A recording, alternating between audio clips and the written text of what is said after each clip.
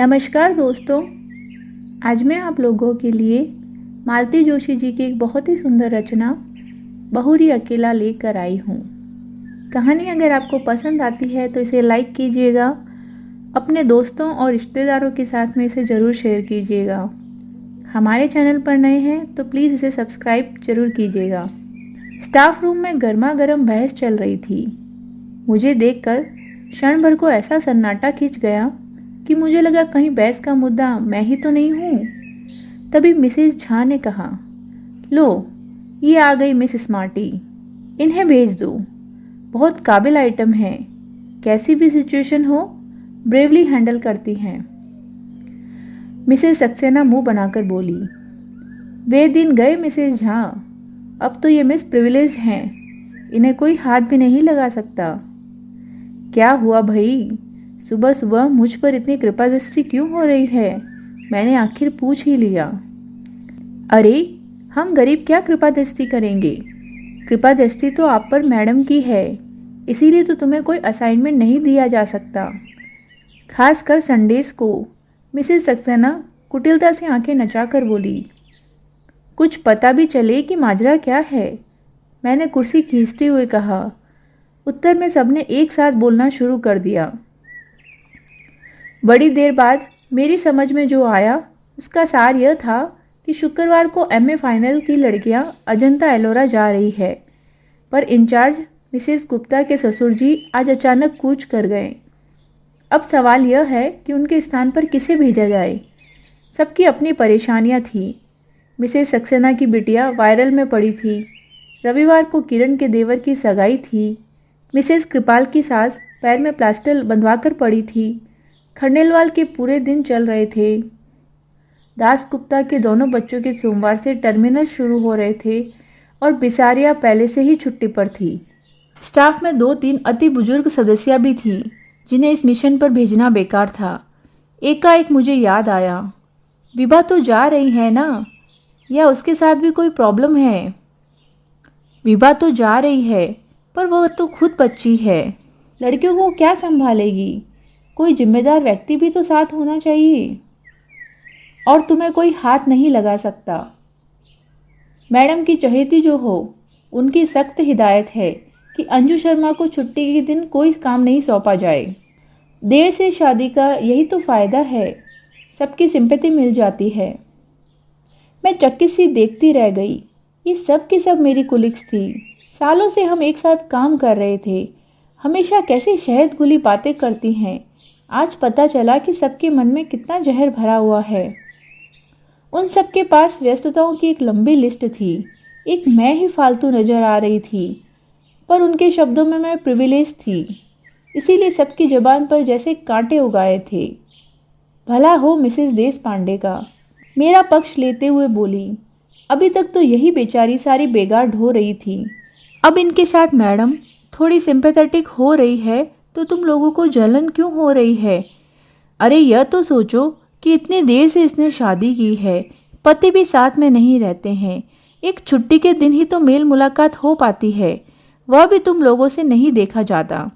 उनकी बुजुर्गियत का ख्याल करके सब चुप तो हो गई, पर सबके चेहरे पर यह भाव था कि इसने देर से शादी की तो उसका खामियाजा हम क्यों भुगतें। मिसेस सक्सेना से तो आखिर रहा भी नहीं गया। बोली, आंटी अब 1 साल भर तो हो गया है, इतना तो कोई नई नवेली बहू को भी नहीं सहेजता। मेरा तो जैसे खून खौल गया। आप लोग यही चाहती हैं कि इस बार मैं लड़कियों के साथ जाऊं तो चले जाऊंगी, इसके लिए इतने ताने उलाने की क्या ज़रूरत है? और मिस्टर हबी, उनका क्या होगा? उसकी चिंता आपको क्यों हो रही है? That is my problem. उसी तैश में मैं मैडम के कमरे में चली गई और कह दिया कि मिसेस गुप्ता के न जाने से कोई परेशानी हो रही है तो मैं तैयार हूँ। वे कुछ देर तक मुझे देखती रही, फिर बोली, it is very supporting of you. दरअसल मैं तुम्हें बुलाने का सोच ही रही थी। अकेली विभा पर तो भरोसा नहीं किया जा सकता ना। तो आप इतना संकोच क्यों करती हैं ma'am? You are the boss, आप जिसे कहेंगी उसे जाना ही पड़ेगा। आप नहीं जानती आपके इस सौजन्य का लोग कितना गलत अर्थ निकालते हैं। I don't care. मैं तो सिर्फ शर्मा जी के बारे में सोच रही थी। मैं 4-5 बार उन्हें बतला चुकी हूँ कि वे मिस्टर कश्यप हैं, शर्मा नहीं, पर उन्हें याद ही नहीं रहता। अब तो मैंने टोकना भी छोड़ दिया है। इसीलिए उनके सुर में सुर मिलाकर कहा, आप शर्मा जी की चिंता ना करें, मैं उन्हें फ़ोन कर दूंगी। वे भी सरकारी नौकर हैं, ड्यूटी का मतलब समझते हैं। Okay, and good luck to you. घर लौटते समय बहुत हल्का महसूस कर रही थी। मेरे प्रस्ताव के बाद मैडम के चेहरे पर भी जो राहत के भाव उभरे थे, उनसे बड़ी संतुष्टि मिली थी। पर ईमानदारी की बात यह थी कि उससे भी ज़्यादा राहत का एहसास मुझे हो रहा था। पिछले 2 हफ्ते श्रीमान जी नहीं आए थे। आखिरी बार जिस मूड में यहाँ से गए थे, लगता था इस बार भी नहीं आएंगे। 2 रविवार लगातार मैं पड़ोसियों की प्यार भरी पूछताछ से तंग आ गई थी। इस हफ्ते फिर वही अब दोहराना संकट लग रहा था। शायद इसीलिए आगे बढ़कर मैंने यह जिम्मेदारी ले ली थी। मुझे एक बहाना चाहिए था, सो मिल गया। कभी कभी लगता है मैंने नाहक शादी की। जिंदगी अच्छी भली गुजर रही थी, ना कोई टेंशन था, ना पछतावा। बस एक शादी की चिंता थी जो मुझसे ज़्यादा मेरे भाइयों को खाए जा रही थी। अपनी भरी पूरी गृहस्थियों के बीच बेचारे एक अपराध बोध के साथ जी रहे थे। बड़े भैया की पिंकी के बीए कर लेने के बाद तो सब के सब जैसे एकदम व्यग्र हो उठे थे। कम से कम उसकी शादी से पहले मेरी शादी होना लाजिमी था।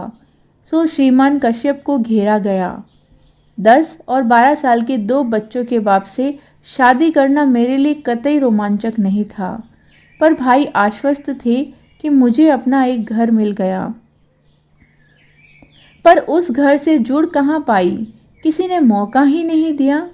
शादी के बाद 4-5 दिन रही, बाद में दीपावली पर लक्ष्मी पूजन के लिए गई थी। बस छुट्टियों में वे मुझे 1 आध महीना घुमाने के लिए ले गए थे। 1 महीना मुझे भाइयों के पास रहने के लिए कह दिया था। भाइयों के पास तो हर छुट्टी में जाती थी, पर इस बार का अनुभव नया था। पीहर आई, बहन बेटी का स्वागत सत्कार, लाड़ दुलार पहली बार ही पाया था। शादी के बाद भी तो मैं उसी घर में बनी रही। पर हाँ, मिस्टर कश्यप को जरूर एक अतिरिक्त घर मिल गया था। उनकी सारी छुट्टियां यहीं गुजरती। केंद्र सरकार की नौकरी थी। शनिवार रविवार छुट्टी होती। वे भोपाल से शुक्रवार को इंटरसिटी से आते और सोमवार की सुबह उसी ट्रेन से लौट जाते। साल भर में मेरा दाम्पत्य जीवन इसी साप्ताहिक तर्ज पर चल रहा था। उस रविवार की रात को भी वे घड़ी में अलार्म भर रहे थे कि मैंने कहा, सुबह चले जाएंगे। जाना तो पड़ेगा ही, कल सोमवार है, भूल गई क्या? सोमवार को कैसे भूल सकती हूँ, मुझे भी तो कॉलेज जाना है। पर मुझे भी कुछ याद आ रहा है। क्या? कल शाम मैंने कुछ लोगों को खाने पर बुला लिया था। कल क्यों, आज ही बुला लेती ना। यूँ ही बुलाना अच्छा नहीं लगता, कोई मौका भी तो हो। तो कल क्या है? आपकी याददाश्त तो इतनी अच्छी है, आपको यहाँ बैठकर भी अपने बच्चों के ही नहीं, भांजे भतीजों के, मामा मौसियों के जन्मदिन याद आ जाते हैं। कल तुम्हारा जन्मदिन है? नहीं, मेरा जन्मदिन तो कब से आकर चला गया। जिन्हें याद था उन्होंने मना भी लिया। आपके लिए मुझे 100 बहाने गढ़ने पड़े। एक साड़ी अपनी ओर से खरीद कर आपके उपहार के तौर पर पेश करनी पड़ी। मेरा जन्मदिन आपको याद नहीं रहा, कोई बात नहीं, पर कल की तारीख तो आपको याद रखनी चाहिए, या कि उसका भी आपके निकट कोई महत्व नहीं। न चाहते हुए भी मेरी आवाज़ थोड़ी तल्ख हो गई थी। उन्होंने कैलेंडर की ओर नज़र डाली। ओह, कल 11 नवंबर है, मतलब अपनी शादी को 1 साल पूरा हो गया। धन्य भाग्य, आपको याद तो आया, पर आपने इस तरह मुंह क्यों लटका लिया? मैंने रुकने के लिए कहा जरूर है, पर कोई प्रॉब्लम हो तो रहने दीजिए। सेलिब्रेशन का मूड है तो मैं साथ चली चलती हूँ, नहीं तो इसकी भी कोई ज़रूरत नहीं है। तुम चलना चाहो तो ज़रूर चलो, उन्होंने कहा, पर स्वर में कोई आग्रह नहीं था। सेलिब्रेशन का तो ऐसा है कि बच्चों की परीक्षाएं चल रही है। मंगलवार को रौनक का गणित का पेपर है, इसीलिए मेरा कल जाना जरूरी है। सेलिब्रेशन से मेरा मतलब किसी पार्टी से नहीं था। हम सब मिलकर बाहर खाना खा सकते थे या एक आध पिक्चर देख सकते थे। बच्चों की परीक्षाएं चल रही है तो कोई बात नहीं, हम लोग दिन भर साथ ही रह लेते। यह प्रस्ताव आपकी ओर से आता तो मैं उतने में ही खुश हो जाती, पर आपको तो याद ही नहीं था। आपको अम्मा जी के ठाकुर जी तक की याद रहती है। पिछली रामनवमी और जन्माष्टमी पर श्रृंगार का सारा सामान आप यहीं से ले गए थे। बस आपको मेरा जन्मदिन या अपनी शादी की सालगिरह याद नहीं रही। बार बार बच्चों का अम्मा का ताना क्यों दे रही हो? वे लोग मेरी जिम्मेदारी हैं। और मैं क्या हूँ? सिर्फ ज़रूरत। कैसी ज़रूरत? यह भी बताना पड़ेगा। कुछ देर तक कमरे में भीषण स्तब्धता छाई रही। फिर मैंने कहा, आप बच्चों के सामने एक आदर्श पिता बने रहना चाहते हैं, इसीलिए मुझे तरजीह नहीं देते। जानती हूँ, इसीलिए आज तक आपने मेरे स्थानांतरण के लिए प्रयत्न भी नहीं किया। आश्चर्य तो यह है कि अम्मा जी ने भी कभी इसके लिए जोर नहीं दिया। Please leave my mother alone. मैं कोई उन्हें गाली थोड़ी दे रही हूँ, एक बात कह रही हूँ। कोई भावुक महिला होती तो कहती, बहू अब तुम आकर जल्दी से अपनी घर बार संभालो और मुझे छुट्टी दो। पर वे बड़ी प्रैक्टिकल हैं, उन्हें यही व्यवस्था रास आ गई है। घर उनका एक छत्र शासन में भी बना रहता है और बेटे को भी कोई परेशानी नहीं होती। वह आदर्श बेटा बना रहता है, आदर्श पिता बना रहता है और उसकी साप्ताहिक आनंद यात्रा भी निर्विघ्न चलती रहती है। आनंद यात्रा? वाह, तुम क्या सोचती हो? तुम कोई हुस्न परी हो जिसके लिए मैं दीवाना वार चलाता हूँ? ठक लगा जैसे किसी ने कलेजे पर एक घूसा जड़ दिया हो। बड़ी मुश्किल से मैं उस पीड़ा को जब्त कर पाई। फिर अत्यंत कसैले स्वर में कहा, मैं हुस्न परी होती तो 34 साल तक अनब्याही न बैठी रहती और न ही 2 बच्चों के बाप से शादी करती। यह बात कहने के साथ ही मैं दीवार की ओर मुंह करके लेट गई थी। इस कारण उनका चेहरा भी नहीं देख पाई, पर वह जरूर श्याप पड़ गया होगा। वे उस रात कब कहाँ सोए मैं नहीं जानती। सुबह अलार्म बजा था पर मैं नहीं उठी। उन्होंने अपने से ही चाय बनाई थी, पर मैं दम साधे पड़ी रही। जाते समय उन्होंने मुझे आवाज़ भी दी हो तो पता नहीं। सुबह उठी तो लगा जैसे एक भयानक स्वप्न देखकर जागी हूँ। उसके बाद आज तीसरा शुक्रवार है। जनाब की कोई खबर नहीं। लूट कर गए हैं, सोचा होगा मना लेगी, पर हम उस मिट्टी के नहीं बने हैं। बल्कि गुस्सा तो मुझे होना चाहिए था, अपमान तो मेरा हुआ है। सच तो यह है कि उनके न आने से मुझे राहत ही मिली थी, क्योंकि मुझे लग रहा था कि अब मैं उस व्यक्ति का स्पर्श या सामीप्य सहन नहीं कर पाऊंगी। सुबह बैग भर रही थी कि फ़ोन खड़का। मैं बोल रहा हूँ। मैं?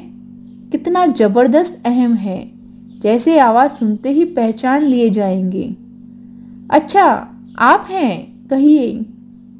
हम लोग रात को 9 बजे तक पहुंच रहे हैं। फ़ोन इसीलिए किया है कि खाना बनाकर रख सको। पिछले 2 शुक्रवार से मेरा खाना बर्बाद हो रहा था, पर मैंने उसका जिक्र न करते हुए कहा, हम लोग मतलब बच्चे भी साथ आ रहे हैं, इसीलिए बस से आ रहा हूँ। ट्रेन बहुत लेट पहुँचती है। मैं पशुपेश में पड़ गई। मेरी चुप्पी से वे भी थोड़ा विचलित हो गए। क्या हुआ? Any problem?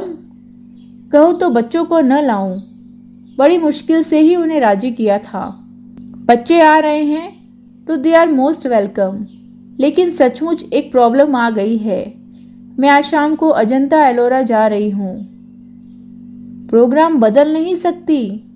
नहीं, क्योंकि यह प्लेजर ट्रिप नहीं है। कॉलेज की लड़कियों के साथ इंचार्ज बनकर जा रही हूँ। पर तुम ही क्यों, मैं क्यों नहीं? पिछले साल भर से तो उन्होंने मुझसे कोई काम नहीं लिया, मेरे सारे संडेज फ्री रखे। कॉलेज में इतनी परीक्षाएं होती है पर कभी इन्विजिलेशन की ड्यूटी भी नहीं दी। पर किसी की सदा सहायता का ज़्यादा फायदा उठाना अच्छा थोड़े ही लगता है। आखिर यह मेरी नौकरी है। इस बार उधर चुप्पी छाई रही। फिर 2 हफ्ते से आप आए भी नहीं थे तो मैंने सोचा इस बार भी नहीं आएंगे। मैं 2 हफ्तों से नहीं आया तो तुमने कोई खोज खबर भी तो नहीं ली, एक बार फ़ोन ही कर लेती। कारण मुझे मालूम था इसीलिए फ़ोन नहीं किया। मैं बीमार भी तो हो सकता था। बीमार होते तो आप ही मुझे फ़ोन करते। आप तो नाराज़ थे। मैं तो आज भी आपको एक्सपेक्ट नहीं कर रही थी। शायद अम्मा जी ने। हर बार अम्मा को बीच में क्यों ले आती हो? बहुत श्रद्धालु अंतकरण से कह रही हूँ कि शायद अम्मा जी ने ही समझाया होगा कि कमाओ बीवी से बनाकर चलना चाहिए। उधर से फ़ोन पटकने की आवाज़ आई। मैंने भी परवाह नहीं की। अगर आप कड़वी बात कहते हो तो सुनने का भी हौसला रखो। जब सुन नहीं सकते हो तो कहते ही क्यों हो? कॉलेज से लौटते हुए अचानक ख्याल आया कि सफ़र के लिए कुछ ज़रूरी चीज़ें ले लूं। घर की ओर मुड़ने की बजाय मैं बाजार की ओर मुड़ गई। पर शायद मेरी होनी ही थी जिसने मुझे इस बात के लिए प्रेरित किया था, क्योंकि उस ओर मुड़ते ही एक स्कूल बस मेरे सामने आ गई। उसे बचाने के लिए मैं सड़क के इतने किनारे चली गई कि गिर ही पड़ी। क्षण भर को आंखों के आगे अंधेरा छा गया। पल भर में वहां भीड़ जुट गई थी। 4 श्रेय हृदय लोगों ने मुझे स्कूटर के नीचे से निकाला और पास के अस्पताल में पहुंचाया। मैंने तुरंत एक फ़ोन पड़ोस में किया और एक कॉलेज में। नीतू और उसकी मम्मी फौरन दौड़ी चली आई। पूरे समय मेरे साथ बनी रही। कॉलेज में फ़ोन करने का मेरा उद्देश्य सिर्फ यह था कि वे लोग मेरे भरोसे न रहें। पर खबर मिलते ही प्रिंसिपल मैडम भी 2-3 लोगों के साथ आ गई और जाते समय अपनी कार वहीं छोड़ गई। रात 10 बजे जब घर लौटी तो मेरे दाएं हाथ में प्लास्टर था और बाएं पैर की पिंडली में 6-7 टाँके थे और घुटने और कंधे पर खरोंचें भी थी। सौभाग्य से सिर पर कोई चोट नहीं थी, पर वह बेतरह घूम रहा था। घर आते ही पस्त होने से पहले मैंने बड़े भैया को फ़ोन लगाया। मेरे कुछ कहने से पहले वे बोल उठे, अरे इतनी देर से तुम कहाँ थी? मैं कब से फ़ोन लगा रहा हूँ। उनके स्वर में उल्लास फूटा पड़ रहा था। मैंने अपनी बात कुछ देर को मुलतवी करके कहा, थोड़ा बाजार तक गई थी, पर आप मुझे क्यों ढूंढ रहे थे? अरे वो बीकानेर वाली पिंकी को देख कर गए थे ना, उनके यहाँ से हाँ आ गई है। अरे वाह, बधाई। लड़का 3 महीने के लिए जापान जा रहा है, इसीलिए माँ के साथ एक बार मिलने आ रहा है। मेरी इच्छा थी कि कल तुम दोनों भी आ जाते तो लड़के को देख लेते। दरअसल क्या है भैया कि मैं कॉलेज के साथ टूर पर जा रही थी तो इन्हें आने के लिए मना कर दिया था। कब जा रही हो? आज ही जाना था, पर पता नहीं कैसे स्कूटर से गिर पड़ी। पट्टी वगैरह करवा कर अभी लौटी हूँ। ज़्यादा चोट तो नहीं आई? चोट तो ज़्यादा नहीं है, पर आना जरा मुश्किल लग रहा है। खैर कोई बात नहीं, टेक केयर। इन लोगों से निपट लूँ फिर आता हूँ। नीतू मुझे देखती रह गई। यह क्या, आपने ठीक से बताया क्यों नहीं? वे बिटिया का रिश्ता तय कर रहे हैं।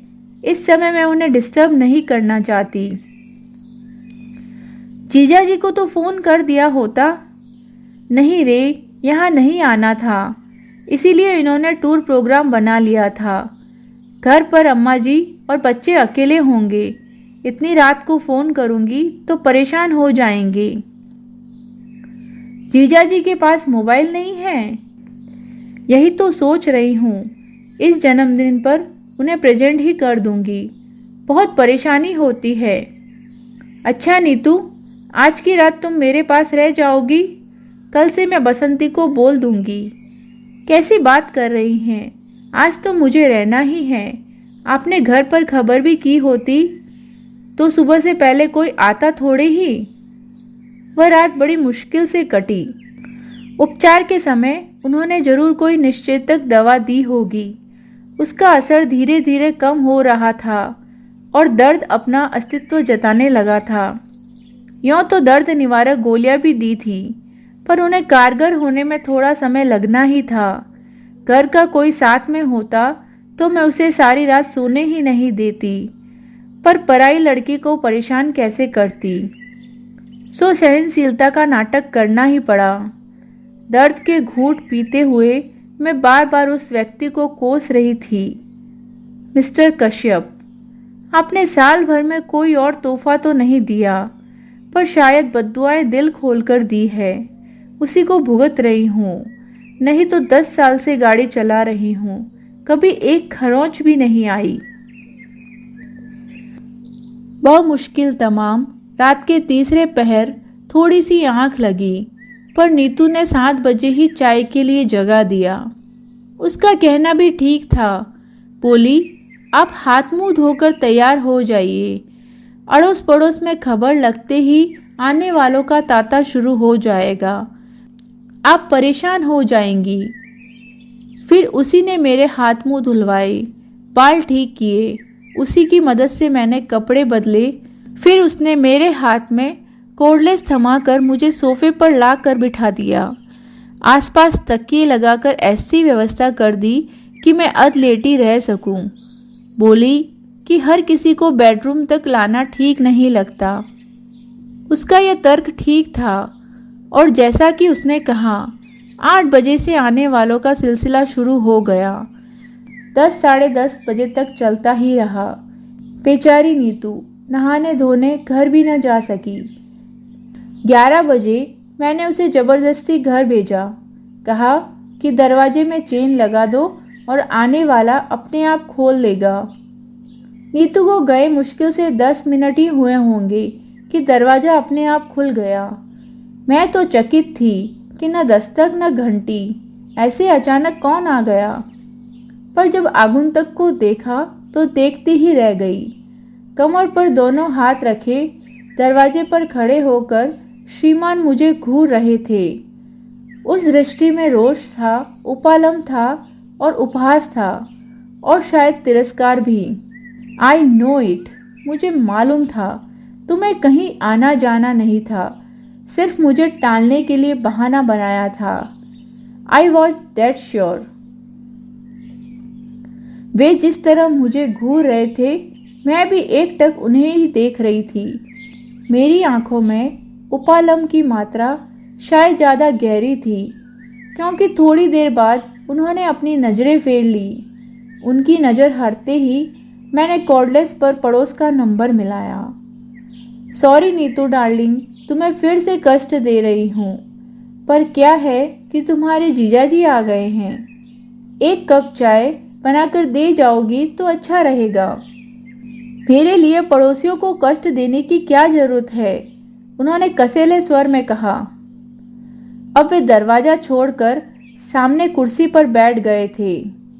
अगर घर में चाय बनने में कोई प्रॉब्लम है तो मैं बाहर जाकर पी सकता हूँ। वैसे भी मैं यहाँ रुकने वाला नहीं हूँ, सिर्फ देखने चला आया था। मैं भी उन्हें चाय पिलाने के लिए बहुत व्यग्र नहीं थी, बस चाहती थी कि इस समय हम दोनों के बीच में कोई तीसरा आकर बैठ जाए। मुझे पता था कि जीजाजी का नाम सुनते ही नीतू दौड़ी चली आएगी, और वही हुआ। 5 मिनट में नीतू 2 कप चाय लेकर हाजिर हो गई। हाय जीजाजी, नीतू ने चहक कर स्वागत किया और हुलस कर पूछा, आपको कैसे पता चला? दीदी तो फोन ही नहीं कर रही थी। पता करने वाले पता कर ही लेते हैं, इन्होंने कुटिल मुस्कान के साथ कहा। बेचारी नीतू इनका मंतव्य समझ ही नहीं पाई। अपनी ही रौ में बोली, मम्मी यही तो कह रही थी कि दिल से दिल को राह होती है, फ़ोन करने की क्या ज़रूरत है। फिर इन्हें चाय पकड़ाते हुए मुझसे बोली, दीदी अब आप भी उठकर जरा सी चाय पी लो, सुबह से बोल बोलकर दिमाग चकरा गया होगा। वह मुझे सहारा देकर उठाने लगी और इनके चेहरे का रंग बदलने लगा। मेरी अधलेटी मुद्रा को वे अनादर का प्रदर्शन समझ रहे थे। अब उन्हें कुछ कुछ समझ में आ रहा था। उठने की प्रक्रिया में जब मेरा शॉल कंधे से खिसक गया तो प्लास्टर पर उनकी नज़र पड़ी। अरे ये हाथ को क्या हो गया? गनीमत है कि सिर्फ हाथ ही टूटा है। आप खुशकिस्मत हैं जीजाजी कि ये सही सलामत बच गई, वरना क्या से क्या हो जाता। तुम्हें मैं सही सलामत नजर आ रही हूँ। अरे हाथ ही तो टूटा है। सब लोग कह रहे थे कि किस्मत वाली थी जो सड़क के किनारे गिरी, अगर बीच में गिरती तो सोचो क्या होता। उस कल्पना मात्र से ही मुझे झुरझुरी हो आई। मैंने नीतू से कहा, थोड़ी हेल्प कर दोगी तो भीतर जाकर लेट जाऊंगी। हाँ अब आप बिल्कुल आराम करो, कोई आएगा तो जीजाजी निपट लेंगे। बिस्तर पर लेटते हुए मैंने कहा, बसंती को 2 दिन की छुट्टी दे दी थी। अगर किसी के हाथ खबर भिजवा दोगी तो वह आ जाएगी, 2 रोटी ही डाल जाएगी। बसंती को मैं खबर कर दूंगी, पर आप रोटी की इतनी चिंता क्यों कर रही हैं? हम लोग क्या इतना भी नहीं कर सकते? तुम ही लोग तो कर रहे हो, पड़ोसी और होते ही किस लिए हैं? नीतू जब चली गई तो ये कमरे में आकर बोले, इतना सब हो गया तो क्या मुझे फ़ोन नहीं कर सकती थी? मैंने एक क्षण उनकी ओर देखा और कहा, फ़ोन कर भी देती तो क्या आप विश्वास कर लेते या इसे भी एक बहाना समझते? वे चुप हो गए। फिर बड़ी देर तक मौन हम दोनों के बीच में पसरा रहा। फिर कुछ देर बाद फ़ोन बजा। मेरा कॉर्डलेस बाहर ही छूट गया था, इसीलिए फ़ोन इन्हें ही उठाना पड़ा था। शायद बड़े भैया का था। मेरा हालचाल पूछ रहे थे। मैं जब तक उन्हें सावधान करती वे सब ब्यौरा दे चुके थे। फिर तो मेरी पेशी होनी ही थी। ये क्या कर बैठी तुम, और रात को मुझे बताया क्यों नहीं? मैं उसी समय चला आता। मुझे मालूम था इसीलिए नहीं बताया। आप आ भी जाते तो सुबह फिर मेहमानों के लिए भागना पड़ता। अब आपकी उम्र इतनी भागदौड़ करने की नहीं है। वैसे चिंता की कोई बात नहीं है, पड़ोसी बहुत अच्छे हैं और अब तो ये भी आ गए हैं। हाँ अभी फ़ोन पर उनकी आवाज़ सुनकर थोड़ा संतोष तो हुआ। अच्छा तो हम लोग सुबह आते हैं, टेक केयर। भैया के फ़ोन के बाद फिर से सन्नाटा छा गया। ये पेपर पढ़ते रहे। मैं सोने की कोशिश करती रही। नीतू दोनों की थालियाँ लेकर आई। तभी यह नीरवता भंग हुई। नीतू बोली, मम्मी तो कह रही थी जमाई जी को यहीं बुला लो, ठीक से खा लेंगे। पर मैंने कह दिया कि दीदी अकेले बोर हो जाएंगी। वो अच्छी हो जाए फिर दोनों को एक साथ बुलाकर खूब खातिरदारी कर लेना। एक बात और, जाते हुए मैं बाहर से ताला डाल कर जा रही हूँ, नहीं तो मोहल्ले भर की आंटी लोग तंग करने आ जाएंगी। रात भर की जागी हो, थोड़ा आराम कर लो। खोलोगी कब? 4 बजे चाय लेकर आऊँगी ना। और सचमुच वह हमें ताले में बंद करके चली गई। वह जब तक रहती है पटर पटर करती रहती है। घर भरा भरा लगता है। उसके जाते ही एक निचाड़ सूनेपन ने घेर लिया। उस असहज एकांत से निजात पाने के लिए मैंने कहा, आप तो आज ही जाने वाले थे ना, तो दिन में निकल जाते, रात में ठंड से परेशान हो जाएंगे। वे एक क्षण मुझे घूरते रहे, फिर बोले, मुझे क्या इतना गया गुजरा समझ लिया है कि तुम्हें इस हाल में छोड़कर चला जाऊंगा। एक तरह से बात यहीं पर एक अच्छे बिंदु पर समाप्त हो जानी थी, पर मेरे मन में तो प्रतिशोध की आग धधक रही थी। वह हुस्न परी वाला डायलॉग मेरे कलेजे में कील की तरह गड़ा हुआ था। उसी ने मुझे चुप बैठने नहीं दिया। मैंने बड़े नाटकीय अंदाज में कहा, मेरी यह हालत है तभी तो कह रही हूँ, रुक कर क्या करेंगे? वे अवाक होकर मुझे देखते रह गए। What do you mean? कुछ नहीं, एक पुरानी बात याद आ गई। एक बार आए थे और मैं संकोच के मारे मैं क्षण भर को चुप रह गई। उस दिन आप कितना नाराज़ हुए थे। कहा था कि फ़ोन तो कर देती, बेकार में 200-250 रुपये का चूना लग गया। उनका चेहरा फक पड़ गया। डूबती सी आवाज़ में बोले, उस बात को अब तक गांठ बांधे बैठी हो? यही क्यों, और भी बहुत सी है। सारी गांठें खोलने बैठूंगी तो सुबह से शाम हो जाएगी। तुम तो ऐसे कह रही हो जैसे मैं तुम पर बहुत अत्याचार करता हूँ।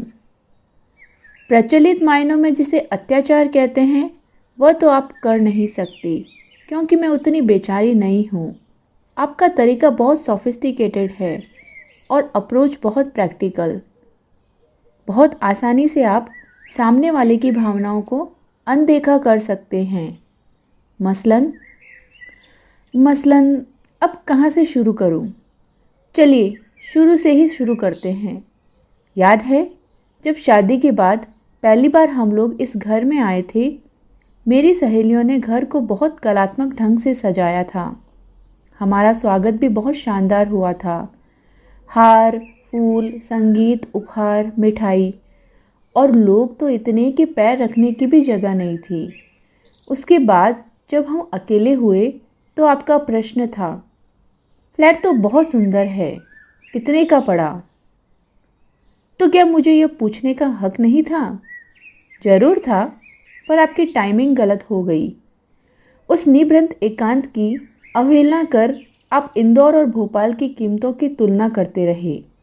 बातों बातों में आपने यह भी पूछ लिया कि मैंने लोन बैंक से उठाया था या जीपीएफ से लिया था, और यह भी कि किश्तें पट गई है कि अभी बाकी है। मेरे ख्याल से मुझे यह भी पूछने का हक नहीं था।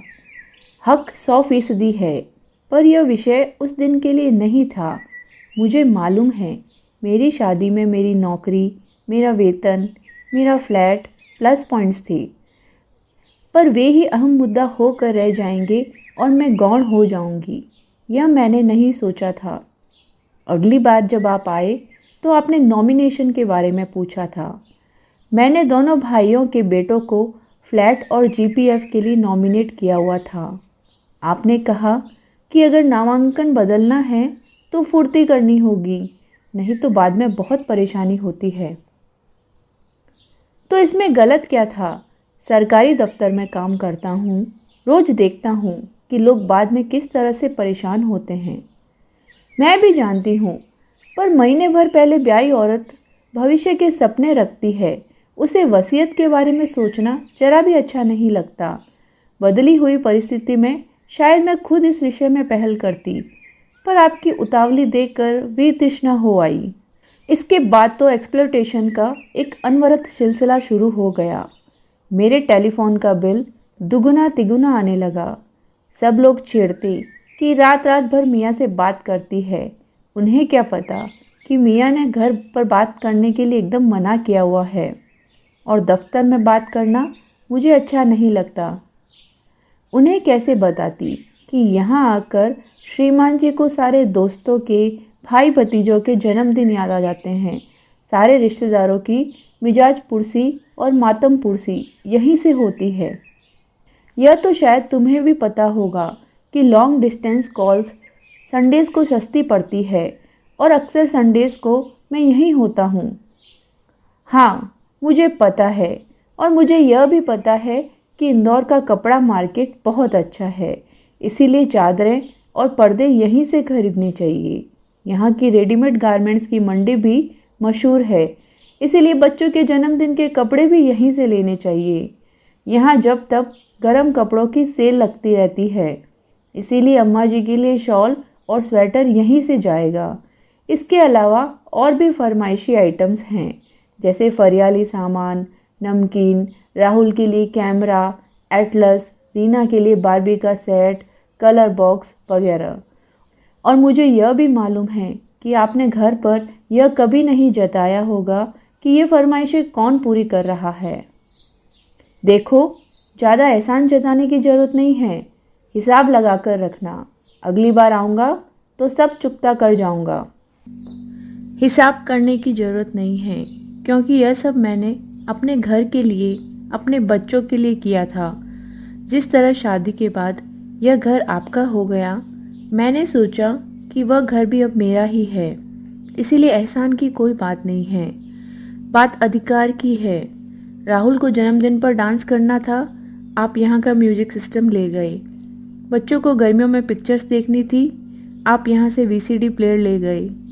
बार बार बिजली गुल होने से बच्चों की पढ़ाई हर्ज होती है, इसीलिए मेरा इमरजेंसी लैंप भी भोपाल पहुँच गया।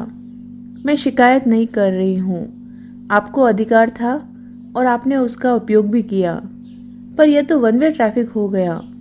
मुझे तो कोई अधिकार मिला ही नहीं, मेरा तो सिर्फ एक्सप्लॉयटेशन किया गया है। एक्सप्लॉयटेशन? वाह, सुनने में तो बुरा लगता है ना। शोषण कहूँगी तो और भी बुरा लगेगा, पर मेरे साथ यही हो रहा था और वह मेरी समझ में भी आ रहा था। पर मैंने मन को बहला लिया था कि मैं घर की किस्तें चुका रही हूँ। घर जिसकी मुझे अरसे से तलाश थी, घर जो रिश्ते की मजबूत ज़मीन पर खड़ा हो, घर जो आपसी सामंजस्य और सद्भाव के सहारे टिका हो। पर वह घर तो मुझे मिला ही नहीं, आपने दिया ही नहीं। देखो, तुम्हारी तरह मैं साहित्यिक भाषा तो नहीं बोल सकता, लेकिन आप खूब बोल सकते हैं। आपका हुस्न परी वाला वह जुमला तो अब तक मेरे कलेजे में गड़ा हुआ है। कल रात मैं दर्द के मारे सो नहीं पाई थी, पर यह दर्द उस दर्द के मुकाबले कुछ भी नहीं था जो उस रात आपने मुझे दिया। ये घाव तो कल को भर भी जाएंगे, पर यह घाव तो ताउम्र हरा रहेगा। और आज तो आपने कमाल ही कर दिया। आज मैंने क्या किया? वे हैरान थे। आज आप सिर्फ मेरे सच को परखने यहाँ चले आए। मान लो मैं चली गई होती तो आपकी क्या इज्जत रह जाती, या मेरी ही क्या इमेज बनती। आपकी तो ये दूसरी शादी है ना। इतना तो आप भी समझते होंगे कि दाम्पत्य का आधार होता है विश्वास, और मिस्टर कश्यप, आपने उसे ही नकार दिया। फिर शेष क्या रहा? तभी दरवाज़ा खड़का। नीतू शायद चाय लेकर आई थी। हम दोनों अच्छे बच्चे की तरह चुपचाप बैठ गए। वैसे भी मैं बोल बोल कर इतना थक गई थी कि कुछ देर आंख बंद करके लेटने को जी चाह रहा था, और चाय पीकर मैं सचमुच लेट गई। नीतू बोली, जीजा जी शाम को क्या खाना पसंद करेंगे, बताइए।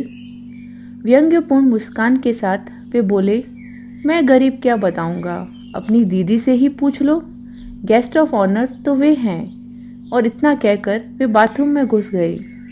नीतू थोड़ी देर बैठी रही, बतियाती रही, पर मेरी ओर से कोई प्रोत्साहन न पाकर चुपचाप उठकर चली गई। वे फ्रेश होकर आए और बालों में कंघा फेरते हुए बोले, अच्छा तो मैं निकल रहा हूँ। मैंने प्रश्नार्थक नज़रों से उनकी ओर देखा। रतलाम वालों के आने तक रुकने का इरादा था, पर मैं देखता हूँ उसकी कोई खास ज़रूरत नहीं है। तुम्हारे अड़ोसी पड़ोसी बहुत अच्छे हैं, खूब अच्छी सेवा टहल कर रहे हैं मेरी वजह से, बल्कि उनको भी असुविधा हो रही है। और हाँ, तुम्हारी सारी चीज़ें अगली बार ले आऊँगा, अगर आया तो, वरना किसी के हाथ भिजवा दूँगा। मैंने उठने का उपक्रम किया तो बोले, लेटी रहो, मेरे लिए फॉर्मेलिटीज़ करने की ज़रूरत नहीं है। वैसे भी आदर मान बहुत हो चुका। सी ऑफ करने के लिए ना सही, दरवाज़ा बंद करने के लिए तो उठना ही होगा। मैं लड़खड़ाते हुए उठ खड़ी हुई।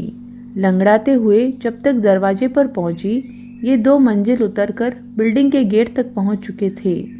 खिड़की से मैं उन्हें जाते हुए देखती रही। फिर मैंने बहुत मुश्किल से दरवाज़ा बंद किया।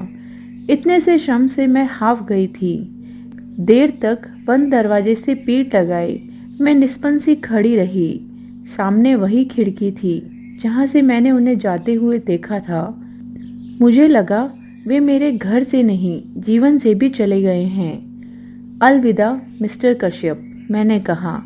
आज से मेरे घर का और मेरे मन का दोनों दरवाजे आपके लिए बंद हो चुके हैं। घर का दरवाज़ा तो शायद कभी मजबूरी में खोलना भी पड़ेगा, क्योंकि इस शादी को इतनी आसानी से मैं नकार नहीं सकती। इसके लिए मेरे भाइयों ने बहुत सारा श्रम और पैसा खर्च किया है, इसीलिए इस शादी को तो मुझे ढोना ही पड़ेगा। पर मेरे मन का दरवाज़ा अब आपके लिए कभी नहीं खुलेगा, कभी नहीं। तो कैसी लगी आपको मालती जोशी जी की ये बहुत ही सुंदर रचना बहुरी अकेला? कहानी पसंद आई है तो लाइक ज़रूर कीजिएगा। मिलती हूँ किसी नई रचना के साथ, तब तक अपना ख्याल रखिए।